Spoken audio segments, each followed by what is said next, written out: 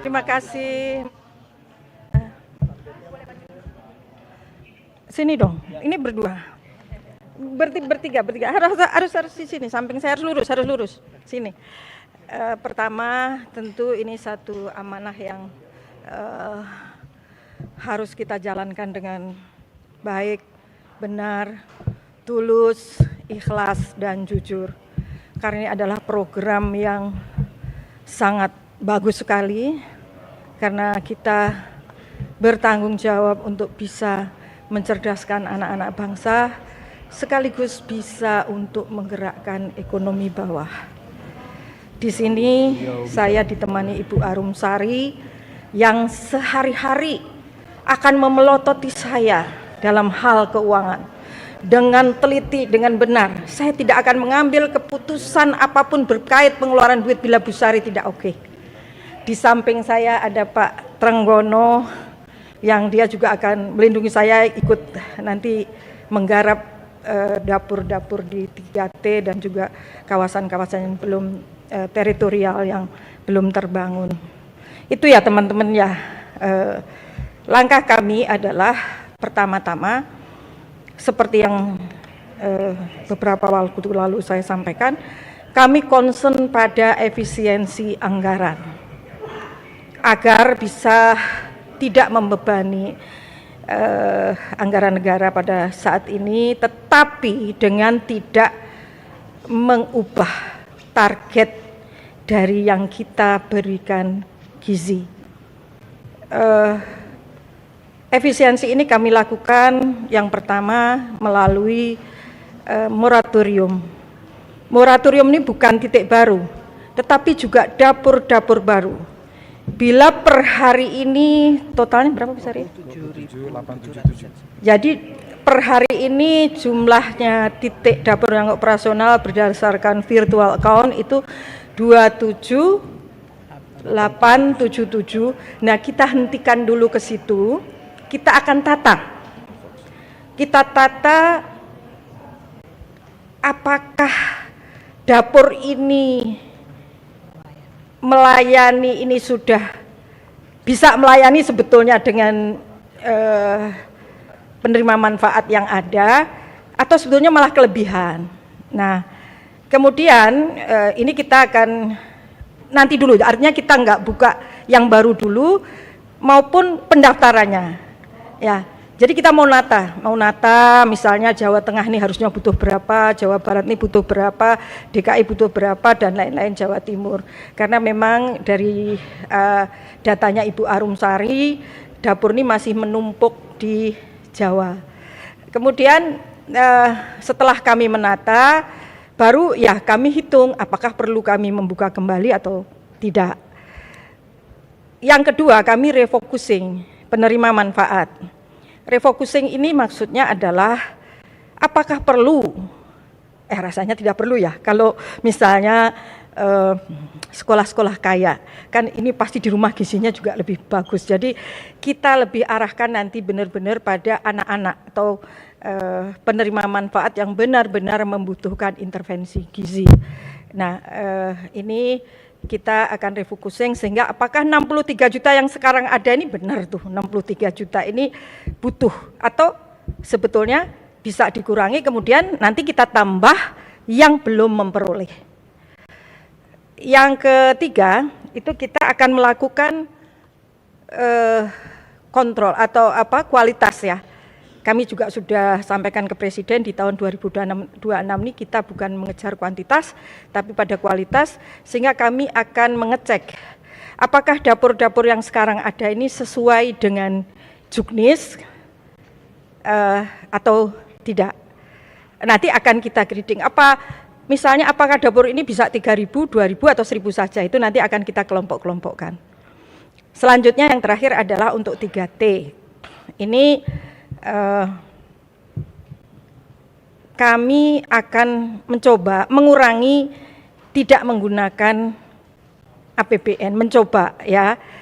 Tetapi tadi kami belum ke sini nih, sudah didemo nih oleh rupanya ada investor yang sudah membangun 3T. Kami akan selesaikan bagaimana sebaiknya, tapi untuk wilayah-wilayah yang belum digarap oleh investor, kami akan coba kerjasamakan atau kita bisa dibiayai dengan CSR-nya BUMN, atau mungkin ada hibah dari luar negeri, atau mungkin juga kalau di tempat itu ada perusahaan-perusahaan besar misalnya berinvestasi, masa sih bikinin dapur untuk masyarakat di situ nggak mau, kan nggak mahal juga. Jadi mereka kan juga punya CSR.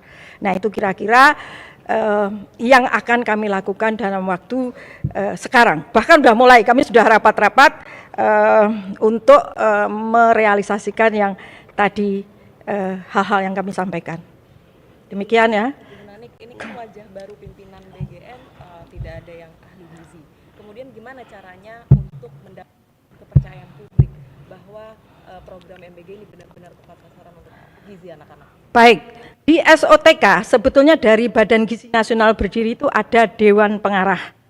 Di Dewan Pengarah inilah akan kami isi dengan para profesor ahli gizi dan juga profesor dokter anak. Jadi nanti yang akan mengguide kami, yang akan membimbing kami nanti adalah Dewan Pengarah yang terdiri dari 7 orang. Mungkin di antara 7 orang itu 5 kemungkinan mereka adalah dari pakar-pakar gizi. Demikian. Terkait dengan kepemilikan dapur, ketika rilis kejaksaan mengatakan bahwasanya dapur itu harus dikelola oleh yayasan sekolah. Pasca kejadian bagaimana pembelian dapur itu sendiri? Lalu kedua, apakah boleh pemilik dapur itu berafiliasi? Jadi itu menjadi sorotan masyarakat juga. Saya akan luruskan ya, mungkin sebetulnya bukan berafiliasi dengan sekolah. Yayasan itu boleh saja, tidak harus nggak ada syaratnya berafiliasi dengan sekolah. Tapi memang diutamakan dulu Pak Presiden ketika mendirikan BGN itu adalah yayasan-yayasan yang bergerak dalam bidang sosial, kemudian pendidikan dan juga agama apa saja. Nah itu, tapi kalau secara khusus juknisnya berkaitan dengan sekolah tidak ada. Satu lagi kali ya. Jadi gini, masih kita lihat, jadi misalnya begini Mas, di tempat terpencil itu, saya misalnya di Lombok Barat, saya pernah ke satu pulau, muridnya hanya 119, kan nggak mungkin juga didirikan dapur, tapi di situ ada kantin, jadi bisa dong kantin itu digunakan gitu. Jadi kantin ini salah satu alternatif, begitu. Jadi nanti kalau misalnya ada satu wilayah yang muridnya seperti di Raja Ampat, itu ada saya di sebuah pulau, muridnya hanya 115 juga, tapi di situ ada dapur umum CSR-nya Pertamina. Nah, kita bisa gunakan juga misalnya seperti ini. Jadi ada itu alternatif tidak harus membangun dapur baru di 3T. Ya, ini bagian efisiensi supaya tidak tadi menggunakan semuanya APBN. Bu Nani, di Aceh ada 7 SPPG yang di stop karena belum dicairkan dananya, itu gimana? Ada bagian dari hoax, ada yang bagian dari semua sudah dicairkan dari mulai Jumat. Yang 877 tadi itu. Yang sudah masuk. Sudah masuk. Sudah operasional. Jadi memang ada beberapa yang yang Jumat itu sudah dicairkan. Yang Senin ini juga dicairkan. Tadi kalau nggak salah kami dapat laporan 5T ya Ibu ya, dicairkan hari ini. Jadi tidak ada masalah, ini masalah teknis saja. Oke, teman-teman cukup ya. Oke, terima kasih teman-teman semua ya, selamat siang. Pokoknya dukung aku ya sama Mbak Bu Arum dan Pak Trenggono. Semangat. Dadah ya. Oke. Di posisi masing-masing, urus dikit. Mari. Silakan, Pak. Maju lagi kiri, beberapa Pak.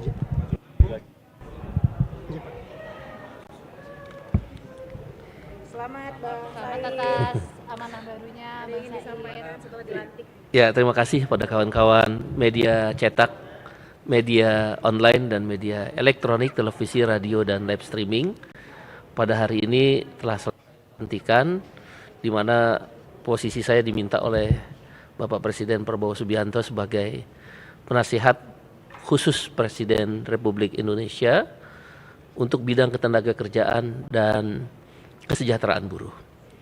Oleh karena itu, hal yang mungkin nanti, karena saya akan langsung memberikan laporan ke Bapak Presiden melalui koordinasi dengan Pak Mensesnek. Pada intinya kan Presiden berorientasi menghidupkan kembali kepada pasal 33 Undang Dasar 1945, di mana segala bumi dan kekayaan alam yang terkandung di dalamnya dikembalikan untuk kesejahteraan rakyat Indonesia.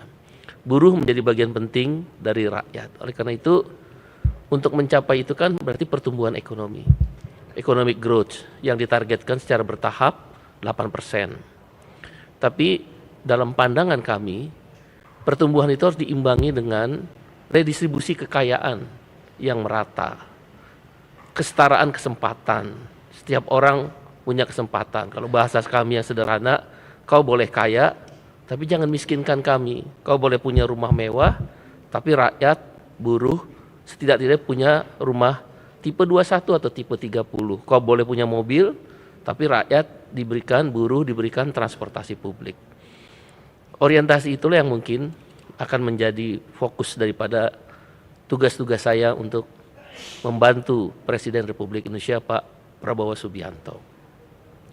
Yang kedua, tentang kesejahteraan, dalam May Day yang lalu juga kebetulan kami sebagai pimpinan Serikat Buruh KSPI menyampaikan ada 11 isu yang berkembang.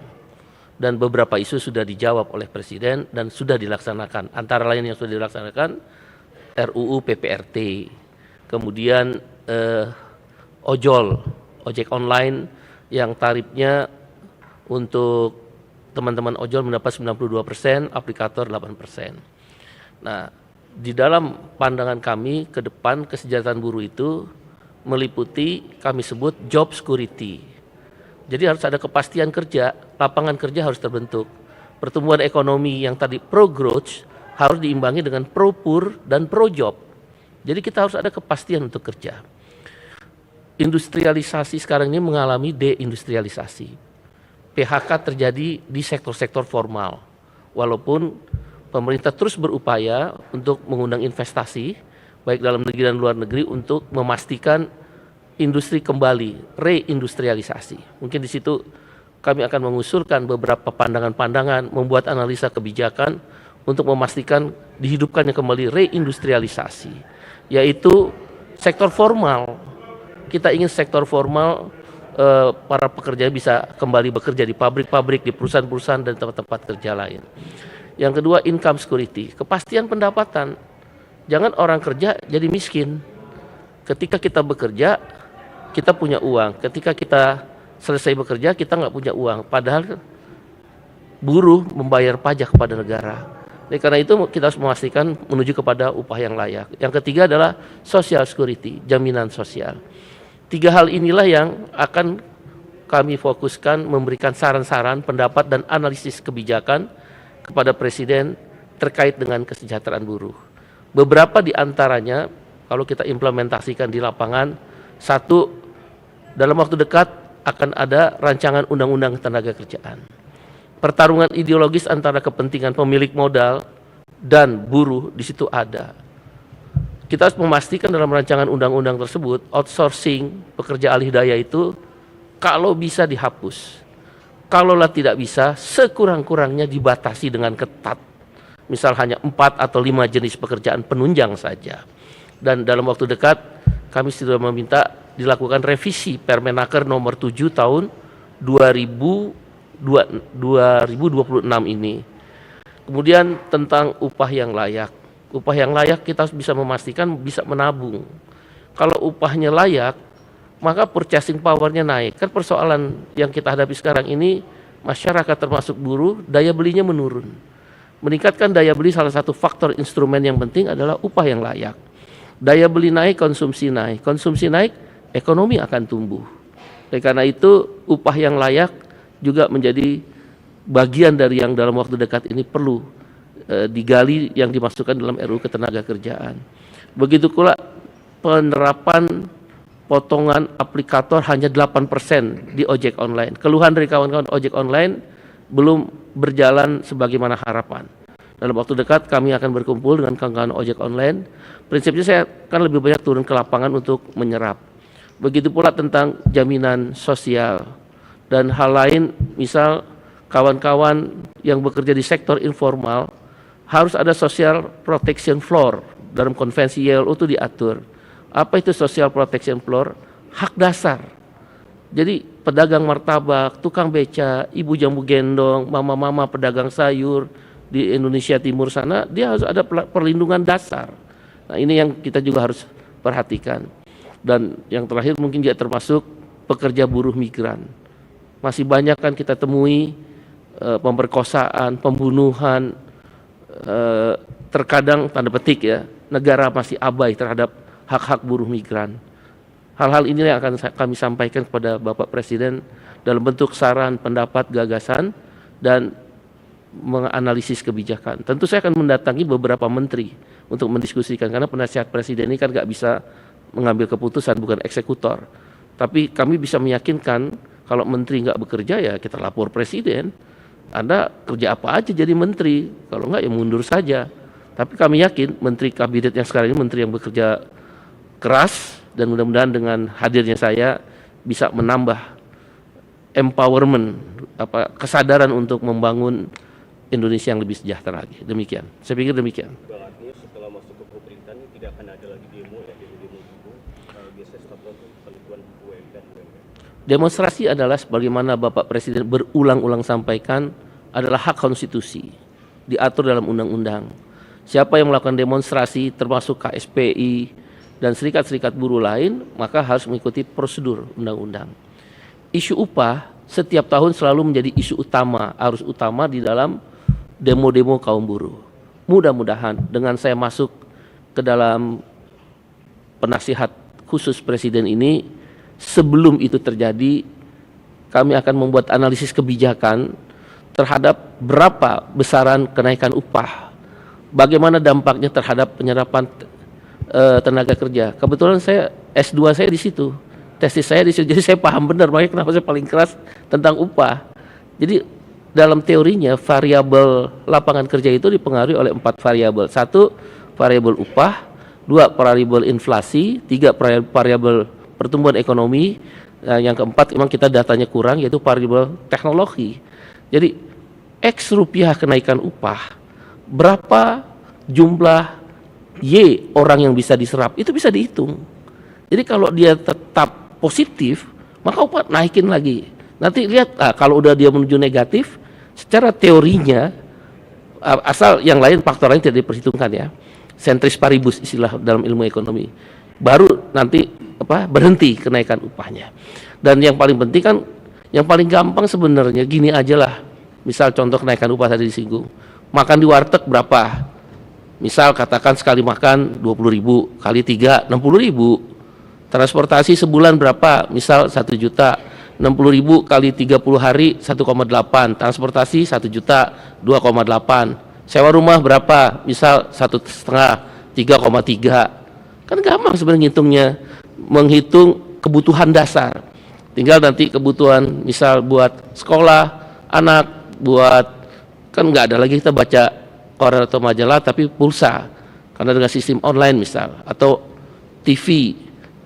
Ukuran sewa rumah jangan sewa, beli rumah cicilannya berapa. Kan Bapak Presiden sudah menyampaikan bahwa rumah menjadi salah satu program prioritas. Nah, hal-hal demikian harus berani dikaji ulang. Selama ini pakemnya upah minimum daging 3/4 kilogram satu bulan, mana ada lagi yang kayak begitu. Ikan cuma 5 potong ikan segar, kan nggak masuk akal. Jadi hal-hal ini mungkin akan kami sampaikan dalam analisis kebijakan terkait hal-hal yang memang selalu menjadi rutinitas perjuangan kaum buruh, termasuk upah. Termasuk nanti yang paling agak berat memang rancangan undang-undang ketenagakerjaan. Apa yang saya sampaikan ini bukan berarti tidak pro kepada pengusaha. Ada namanya pro job. Kan nggak mungkin pertumbuhan ekonomi terbangun kalau perusahaannya juga terganggu operasionalnya. Jadi dunia usaha atau bisnis juga harus diberi ruang yang sama untuk dia berkembang sehingga mendapatkan keuntungan. Saya 30 tahun bekerja di pabrik, saya paham benar bagaimana cara kita berunding dengan pemilik perusahaan. Mereka kan punya namanya cost structure yang dituangkan dalam business plan, struktur biaya yang dituangkan dalam rencana usaha 1 tahun. Kita udah tahu kok, kalau kamu untung misal 3% dari business plan yang kamu raih, maka kamu harus bagi ke kita misal terhadap labor cost-nya 30%. Di Indonesia untuk capital intensif, padat modal, labor cost-nya kecil kok. Biaya buruh cuma 3% sampai 4,7%. Memangnya agak berat di padat karya, labor intensif. Dia biaya labor cost-nya itu mungkin sekitar 10 sampai 30%. Itu memang agak berat. Ya di situ kan nanti ada subsidi negara. Di situ kan ada kebijakan pajak. Banyak yang bisa kita diskusikan. Ya, tugas saya adalah memberikan analisis kebijakan dan saran. Dan untuk mendatangi kalau ada hal-hal, misal PHK yang dalam waktu dekat ini ada ancaman, ya saya harus memastikan turun ke lapangan bersama kawan-kawan serikat buruh, karena peran serikat buruh menjadi penting, dan Pak Presiden Prabowo memberi ruang yang seluas-luasnya kepada serikat buruh. Kita ajak dialog pengusahanya. Sebelum kamu PHK misal, kurangi dulu jam kerjanya, kurangi dulu shiftnya, kan itu reduce terhadap labor cost. Beberapa tunjangan yang tidak tetap mungkin ditunda dulu. Jadi itu banyak hal yang bisa kita lakukan. Saya masih jadi Presiden KSPI dan Presiden Partai Buruh. Terima kasih.